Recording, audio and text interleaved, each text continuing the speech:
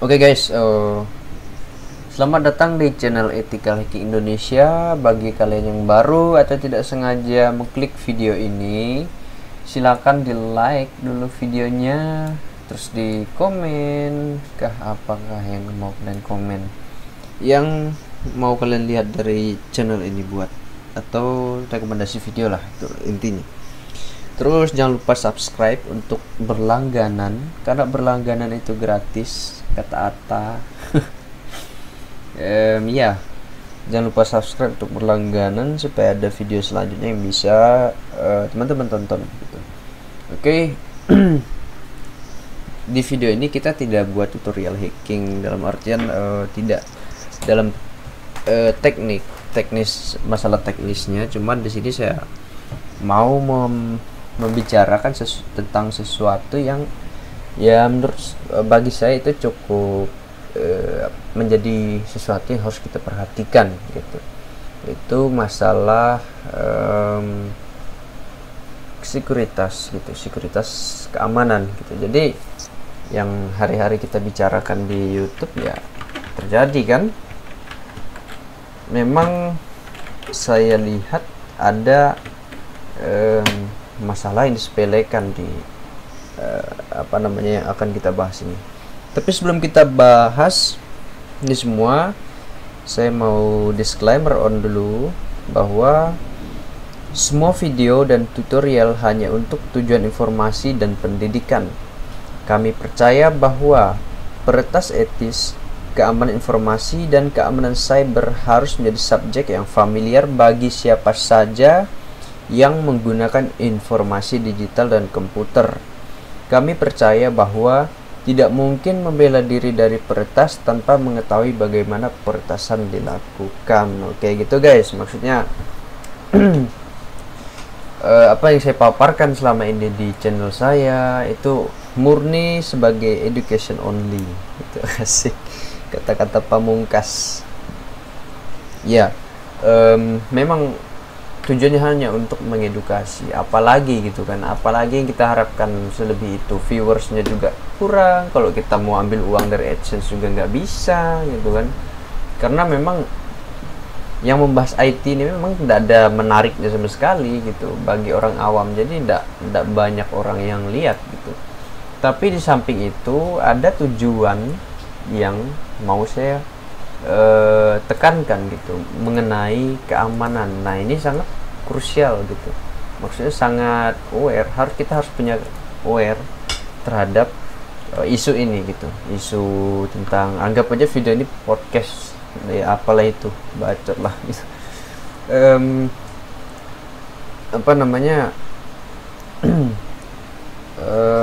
Ya kita harus melihat banyak aspek gitu, termasuk aspek dari keamanan ini.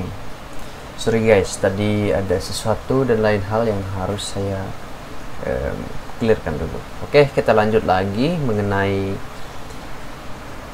perbincangan kita kali ini, yaitu mengenai berita yang ada itu seperti pada judul video ini dan thumbnailnya seperti apa. Saya sebagai orang yang giat, maksudnya mungkin kalian lihat di YouTube yang video yang saya upload ya itu aja gitu, tapi kan di belakang YouTube saya ada hal-hal yang saya perhatikan gitu, ada hal-hal yang saya buat dan saya sudah prediksi dari sebelumnya, bukan karena saya sok tahu, tapi dari manajemen sesuatu itu kita sudah tahu kualitas yang ada di sana gitu. Bukan berarti seperti apa ya, maksud saya gini loh, kita misalnya pelihara ayam gitu, ayamnya kita tidak kasih makan gitu selama 4 hari, kan pasti hasilnya nggak maksimal gitu. Atau kita tidak kasih minum, atau kita tidak nyemprot kandangnya gitu, itu pasti tidak maksimal. Kenapa demikian? Karena memang itu masuk ke dalam sistem manajemen pemeliharaan gitu. Ya seperti itu juga dalam cyber security ini, kayak ada hal-hal yang memang hal kecil, cuman itu harus diperhatikan gitu. Nah, itu harus dilihat sama orang-orang yang bertanggung jawab pada bidang itu. Nah, kita bisa langsung lihat ke ini, ke berita yang sudah saya ambil. Kita lihat aja lah di Google gini ya. Di sini ini adalah tampilan ketika ketika situs BSSN, Badan Cyber dan Sandi Negara Republik Indonesia itu diretas oleh hacker yang mengakunya dari image tab. Kita lihat lebih jauh. Nah, oleh hacker yang kalau kita lihat dari sini sih dari Brazilian, berarti dari Brazil.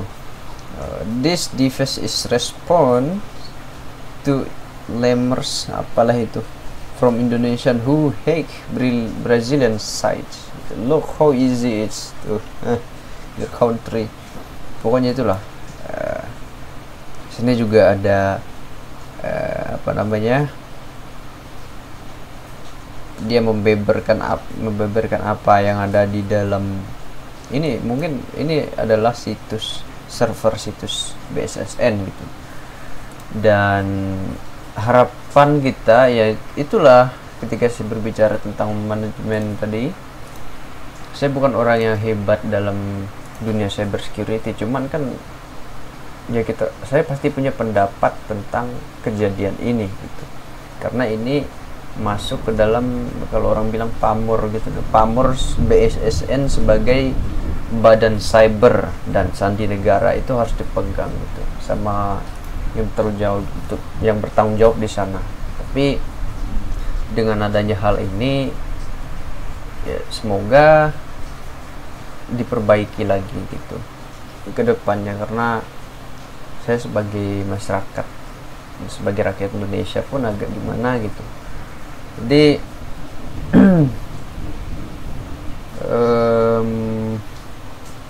ya kita lihat beritanya dulu. Saya lihat di Kompas apa segala, di BSSN, di CNBC itu sudah saya baca sebelumnya, dan ini sangat memprihatinkan gitu. Kita sebagai pegiat dalam bidang IT ini harus kita pegang, memang harus kita jaga. Kalau misalnya ada, makanya kalau dari Indonesia gitu jangan inilah, kalau misalnya kita temukan bug di website pemerintah gitu, jangan di hold gitu. Kalau kita hold, nanti orang luar yang ketemu, mereka nggak hold, mereka langsung take action gitu. Jadi ketika kita mendapatkan bug di website yang ada di Indonesia, langsung kita report biar diperbaiki secepatnya gitu. Ya, di sini ada beritanya, nanti saya kasih linknya di deskripsi dari Kompas ini, dan coba kita search ulang, cari di sini BSS. Agak nge-lag laptop saya guys. BSSN kena hack.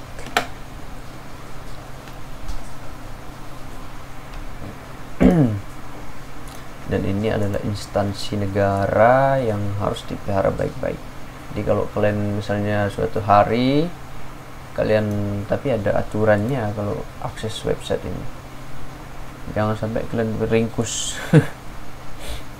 Jadi suatu hari kalian misalnya ketemu atau lihat di mana gitu orang dapat bug di BSSN atau di pokoknya yang website yang pemerintahan itu, tolong di reportnya ke pihak yang bertanggung jawab supaya cepat ditanggapi gitu. Kita lihat gambarnya, saya lebih tertarik lihat gambarnya sih. Kalau beritanya sudah saya baca, lumayan lah. Waduh, situs BSN ini Roy Suryo ini pakar IT juga, lumayan terkenal.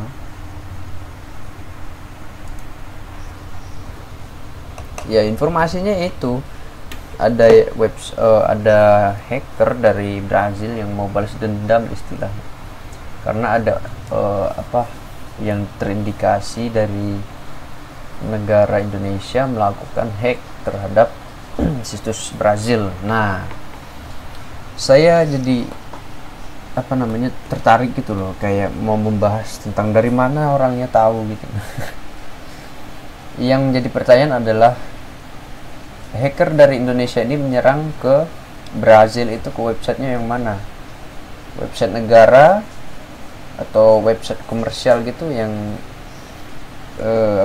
website yang misalnya bisnis orang gitu. Nah, pertanyaannya adalah, ketika dia menyerang yang website biasa gitu, misalnya yang bukan milik negara gitu, pasti memang dicari gitu. Nah, memang dicari orangnya, dilaporkan mungkin. Cuman yang jadi pertanyaan adalah, dari mana dia tahu gitu kalau ada hacker dari Indonesia yang menyerang itu. Memang ada hal yang kayak tentang jaringan, kita bisa lihat dari jaringan apa segala. Cuman yang jadi pertanyaan adalah, ketika dia mau mengetahui informasi yang lebih jelas, atau seorang hacker ini abal-abal, kan kita nggak tahu. Nah, ketika dia mau mendapatkan informasi yang lebih jelas dan akurat, dia pasti melakukan laporan gitu, laporan kepada polisi. Terus polisinya ke provider atau apa jaringan yang dia pakai, lalu mendapat informasi mengenai orang ini, apakah betul dia dari Indonesia atau seperti apa gitu. Nah, dan yang paling aneh adalah, kenapa hacker dari Indonesia ini nggak pakai pelindung gitu, ibaratnya ya safety first gitu.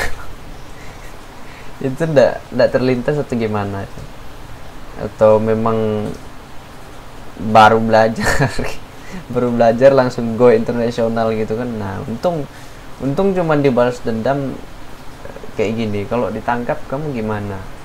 Makanya perilaku itu jangan aneh-aneh guys. Jadi itu maksudnya, kalau dia dari masyarakat biasa, terus memang nekat, ya kenapa juga dia nekat gitu, nekat mencari tahu tentang orang yang melakukan hack ini sampai tahu dia di Indonesia gitu kan. Memang kalau kita bilang itu hal yang konyol gitu kita untuk dilakukan, cuman kan bagi orang lain kan ada yang namanya kayak semacam harga diri lah di bidang cyber ini. Kayak harga diri suatu kelompok itu tidak boleh maksudnya bukan tidak boleh sih, tapi kayak mereka jaga banget gitu, jaga harga dirinya mereka, namanya mereka itu mereka jaga gitu. Jadi mungkin itu yang yang terjadi gitu. Nah, terus kalau dia dari dari negara, ya ini repot sih urusannya. Maksudnya kalau misalnya nanti suatu saat diketahui bahwa si hacker ini ternyata dari negara, dari pihak negara atau dari dari pemerintah yang melakukannya, ini sangat bahaya gitu. Kenapa? Karena bisa terjadi lagi yang kayak perang cyber gitu yang melibatkan Indonesia. Perang cyber itu kan, kata orang, ada seorang senior IT namanya Jim Galvedi, dia bilang kalau perang cyber itu yang disetujui oleh dalam dua negara itu disetujui oleh pemimpinnya. Cuman kan ibaratnya bertarung lah, ada yang pakai ring, ada yang pakai street fight gitu. Nah, itu hal ini juga sama gitu, kayak dalam peretasan ini juga sama. Jadi ibaratnya yang tidak disetujui ini adalah street fight gitu, ceritanya seperti itu. Nah, yang menjadi permasalahan sekarang adalah bukan permasalahan sih, lebih kepada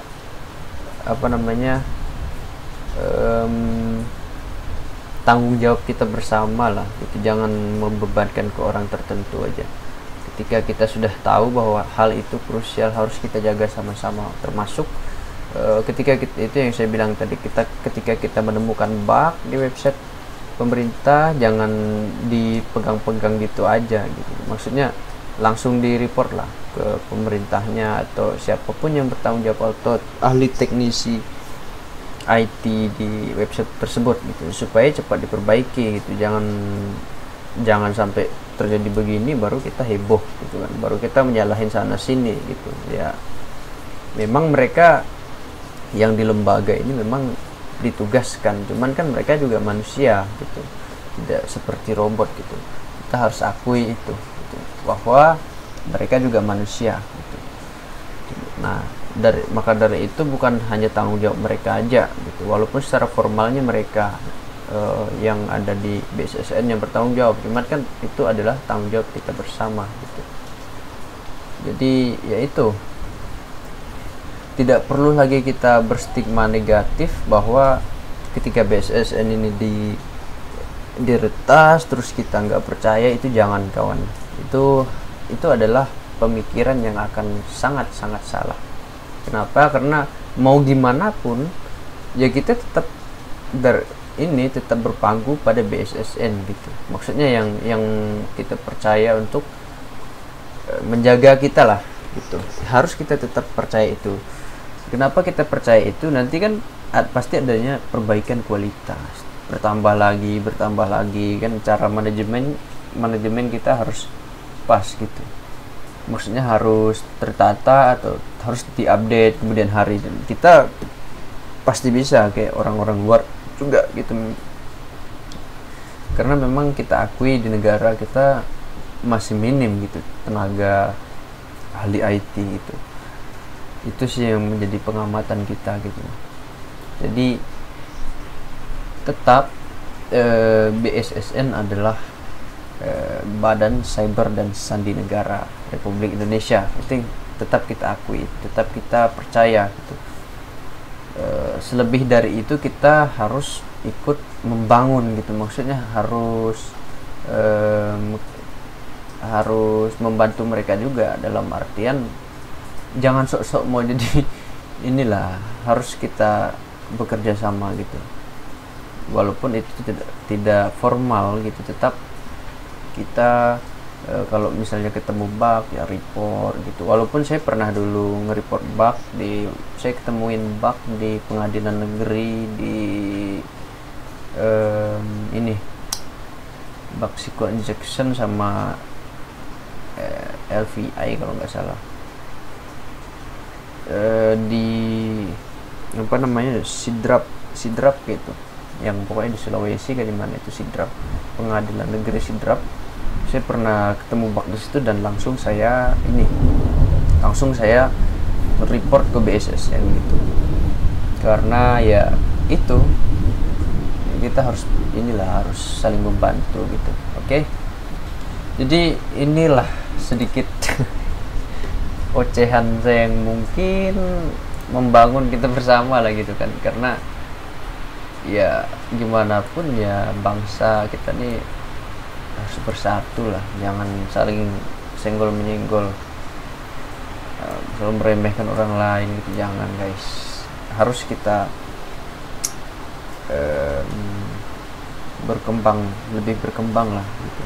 Kasihan deh kita lihat bangsa gitu nanti. Oke, itulah ocehan saya yang mungkin menjadi pengingat kita bersama lah gitu, untuk saling membantu gitu. Walaupun tidak formal gitu ya tidak apa-apa gitu, yang penting kan kita turut lah membantu. Oke, mungkin itu aja yang mau saya bahas dalam video ini. Jika ada kesalahan kata saya mohon maaf, karena saya juga manusia yang pasti punya kesalahan. Ketika berbicara atau ketika bertindak saya juga pasti punya kesalahan. Jadi saya mohon maaf sebesar-besarnya. Dan inilah yang mau saya sampaikan di video ini. Dan bagi teman-teman ya, kalian tetap belajar, jangan kendor semangat belajarnya gitu, supaya kita kedepannya lebih baik lagi. Oke? Supaya kita kedepannya lebih banyak lagi tenaga ahli IT ya, supaya kita lebih maju lagi di bidang IT gitu. Oke, teman-teman semua, jangan lupa belajar, jangan dan putus semangat gitu.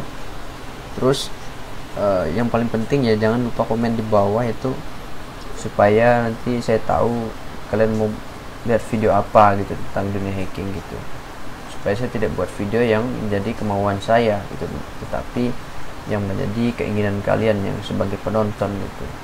Oke, mungkin itu aja yang dapat saya sampaikan. Terima kasih, see you in the next video. Semangat di SSN dan teman-teman, kita sama-sama berjuang.